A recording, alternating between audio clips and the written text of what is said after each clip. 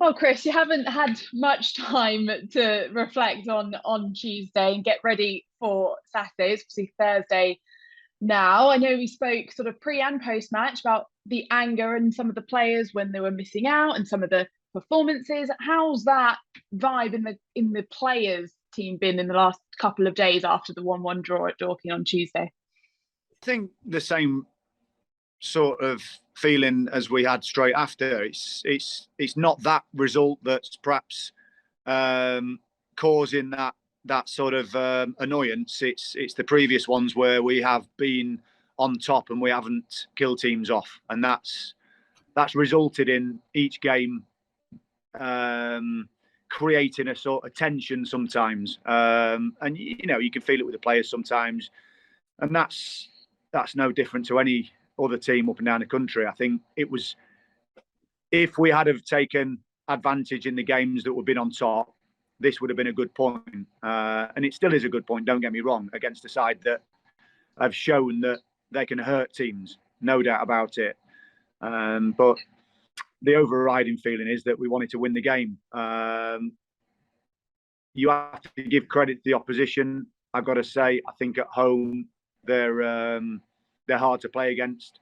They've got some decent players who play a good system, and it was a difficult game, no doubt about it. Did you feel you saw a change in your players when you'd taken the lead? Did you feel that kind of tension from having relinquished leads before, or just needing that victory? Did you see sort of a change, particularly in the second half and how they approached it? Yeah, maybe. I mean, it wasn't intentional. The messages at halftime were to go and score a second goal, because we know that you can't rely on a 1-0 lead. Plenty of teams up and down the country, and I've been in them and coached them and managed them, have won 1-0, and you score and you hold on. We haven't been able to do that, so it's not just about scoring a second goal. It's about keeping clean sheets. We've had a good chat about it this morning. So again, we've had to shuffle the pack. I think before the game, it's not ideal with a smallish squad that we've lost two very experienced players, basically within 24 hours of the game. But there isn't a problem with it. The lads just understand that you've got to see danger, and you are allowed to win a game 1-0, which we have probably suffered in games where you just need to get over the line. We did it at Dagenham, at home against Dagenham, but we haven't done it in the 7 draws, unfortunately. You touched on the experienced players there, Ben Richards-Everton and Jamie Record. Is there an update on those two? Yeah, it'll be touch and go for both. I imagine that's really tough for you, because, as you said, your squad is a little bit depleted. You've spoken about wanting new additions. Have they progressed at all? Conversations still ongoing, and so we will be continuing that this afternoon and tomorrow. Players trained very hard this morning, with a high intensity. So what you can do is deal with what's in front of you, and that's what we've done. But yeah, to the answer to the first question is ongoing. And there were quite a few fans who made the long trip to Dorking on Tuesday. They certainly made their feelings known about the wider situation at Yeovil Town Football Club, the ownership, and obviously the results haven't been how they wanted. Is that kind of frustration affecting the players, affecting you at all, or is it just sort of motivation to get that victory? Motivation. The fans were brilliant, and they have been, and I thank them for it. Yes, I get it. We're not where we want to be. I know that. No one knows that more than me, because my life it revolves around it 24/7 with no let up, and that's how I want it, because it means a lot to me. We stopped the coach on the corner where there was a pub around the Dorking ground, and I said, these fans are paid good money. They want to see you. They want to see you do well, and I think the players are aware of it for sure. And fans have got every right to say things after a game if we haven't performed well. We understand the game, because they give us support when we have done well. So you've got to have it both ways. I can't affect anything else around me. All I can affect is the team, and the team do play for the fans. I can tell you that much. It's just we've just suffered at times from a lack of inexperience in some situations where we have had leads and we've let it go too easily, and that's I can't accept that, and the players know that. But yeah, the fans were unbelievable again. And when you look at the table, it is still so early to look at the table in 21st, but you have only just one win, which is the only team to do that. But you do have the most draws and the least victories in that sort of bottom amount of teams. Do you focus on that at all, or do you just focus on the performances and that it's only going to take just a little bit of a turn in those results to put you up the table? Yeah, we focus on the fact that we've been very competitive in every game. That's what we focus on, and we focus on the fact that if you get that run together and get a couple of wins, it looks very different. If we'd have been battered in every game and not had massive periods of possession or been on top in games, then I'd be worried. But what I've seen from the players isn't that. We can't hide from the fact of where we are. That's for sure. But we have to have patience with the players, because it's not easy for them.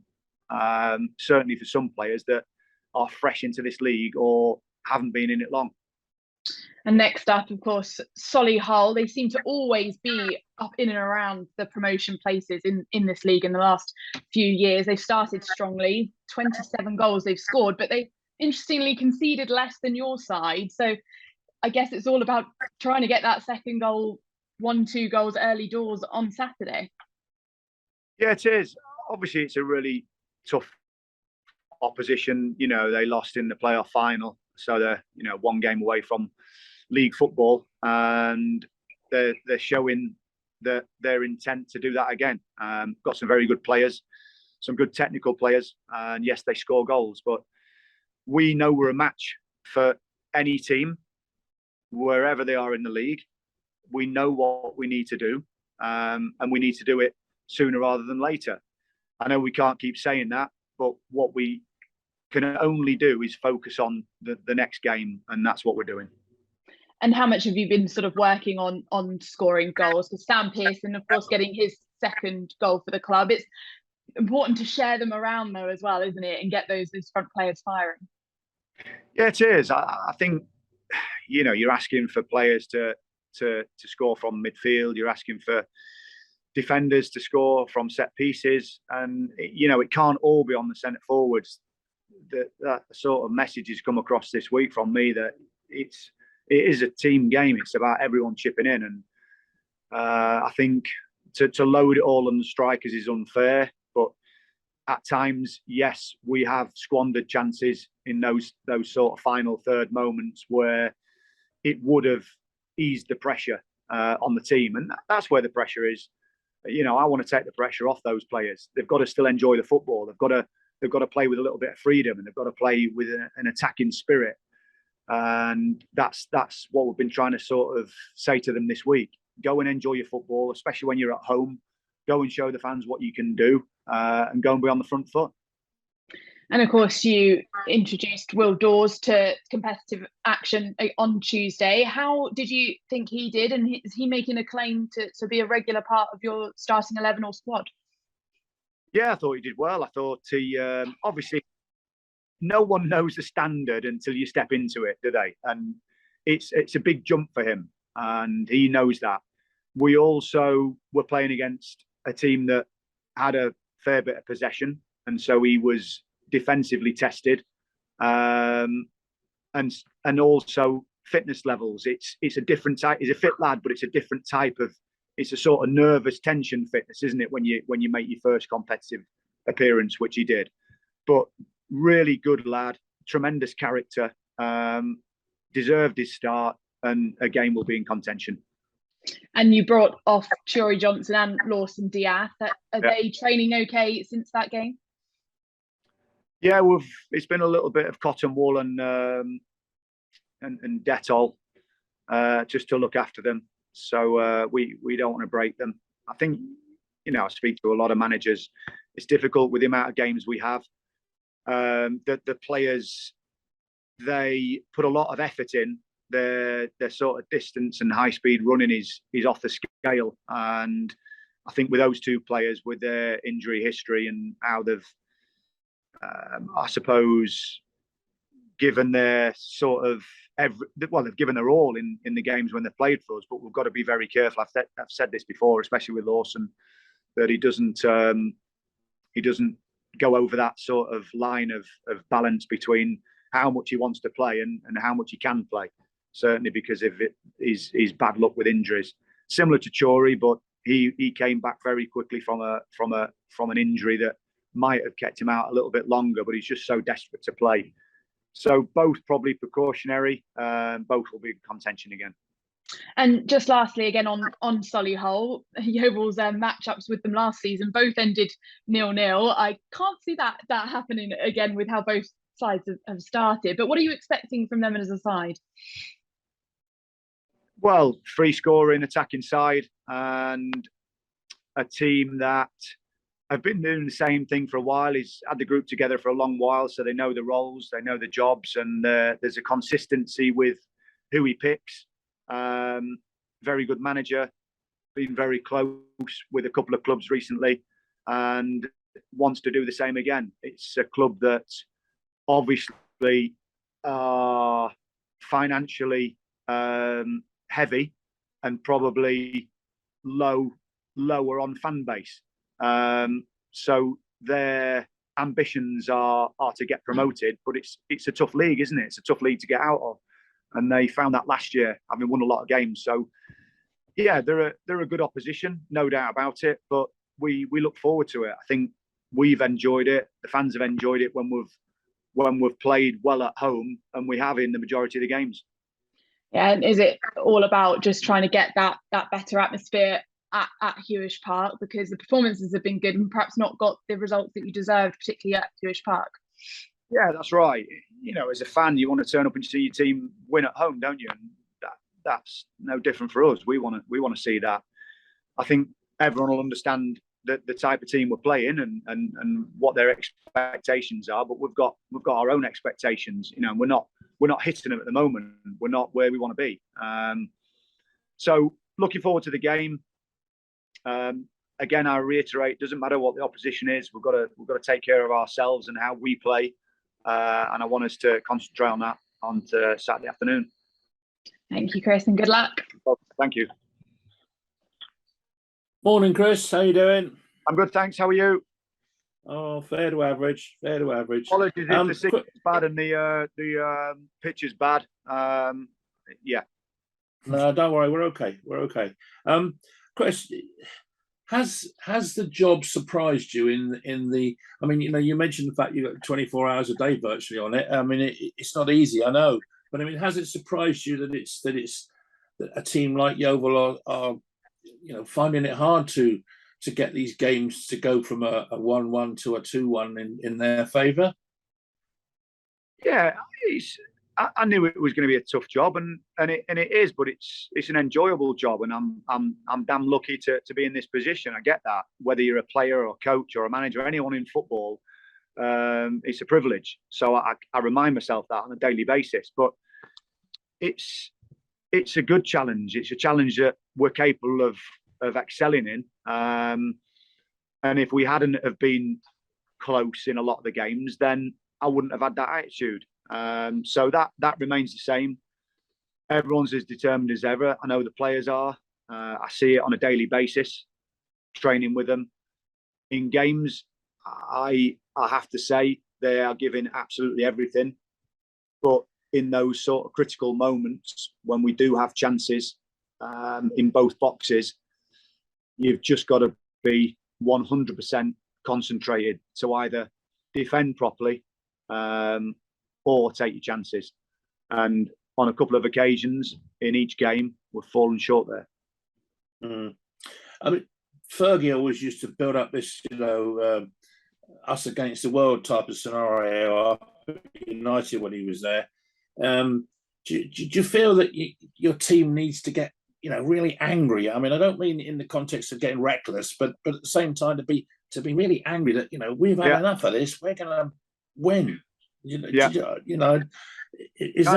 that a sort of an element that is not perhaps there? Yeah, no, it is there, and I said it before the game on Tuesday night. But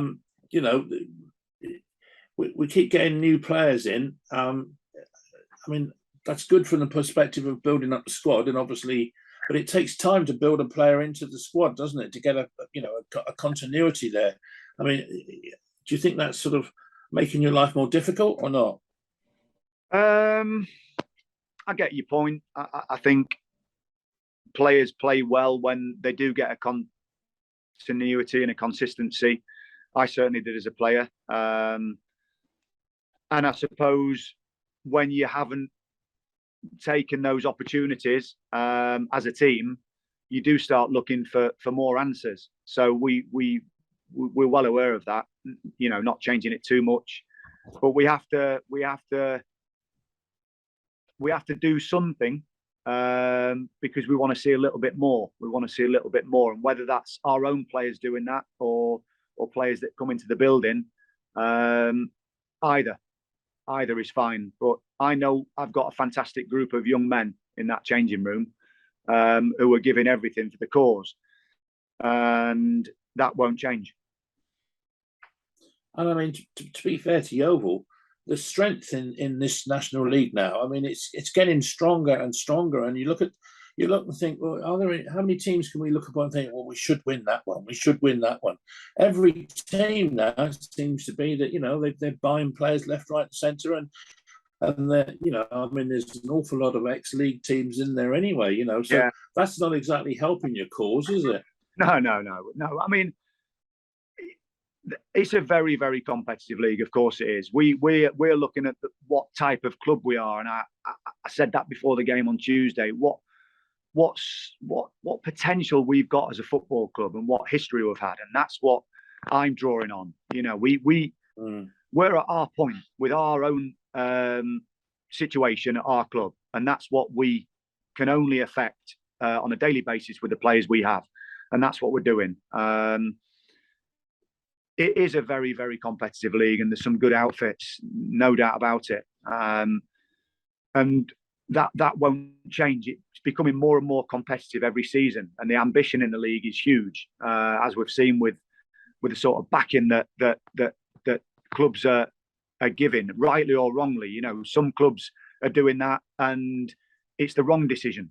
Some clubs are doing it, and it might be the right decision, but it's so tight with one automatic, isn't it? And then the playoff spot for the second. It's so difficult. And I think the clubs do have to be careful that they don't overstretch themselves. That's a fact. But we have just got to focus on ourselves and not. I don't really care about anybody else. I just care about this football club and our supporters and our players. And we have to concentrate on that. And all I have to keep doing is being positive with those boys and try and getting the best out of them. That's what we're doing on a daily basis. I think we do get that win. It gives us that momentum to carry on. And there's been a few catalyst points where we perhaps have been at that sort of point of kicking on, and then something ridiculous has happened. And it might have been a horrendous refereeing decision. It might have been a very bad decision from a player to kick out and get sent off. Or it might have been a bad decision in front of goal or defensively. At times, Adi, I've got to be honest, I'm not on the pitch, and that is just either will or concentration. And in some instances, that can't be coached. But what I can tell you is that as long as we are on that training ground, the players are being told and helped and nurtured, and they are training hard. They're a brilliant bunch of lads. Let's be slightly more positive. You've got a really good draw in the FA Cup in the context of a local derby. Should be a great crowd, I would have thought, with Taunton not being that far away. What are your thoughts on that? I mean, do you think that could give us a little bit of impetus to get it all going? You're spot on. It's a brilliant draw. excellent for the fans. They'll bring, I don't know, I'm guessing they'll bring 1,200, 1,500 fans, which will be excellent. Our supporters will look forward to it. It's great for the area. So that's one to look forward to as a player for sure. And it could, one would like to think it could just provide that little bit of sort of, lift off, if you like. Yeah. And that's what you're desperately looking for, is that just something to happen that will get us the 3 points or a place in the next round. Yeah, Sort of thing, No, that's what we want. That's what we want. And we want that in our league form as well. As we've said, we've discussed it. Clearly in a lot of the games, we are in those games. Either we've had spells of being on top, or we are on top, and so there are positives to take from it. But we know that we cannot keep drawing games. We've got to win games. We know that. We're very well aware of that, and that's why the players are working hard to put that right. And no more injuries other than the ones you've spoken of. So you should have a fairly strong squad to pick from Saturday for Solihull. Yeah, we've got a couple of slight injury problems, but we're trying to take precaution with it and manage those players. And let's see who's available tomorrow for training, and then we'll pick the team. But as I say, there's enough in there to be able to perform well on Saturday with what we've got. Well, best of luck Saturday, Chris. Let's hope this is the game.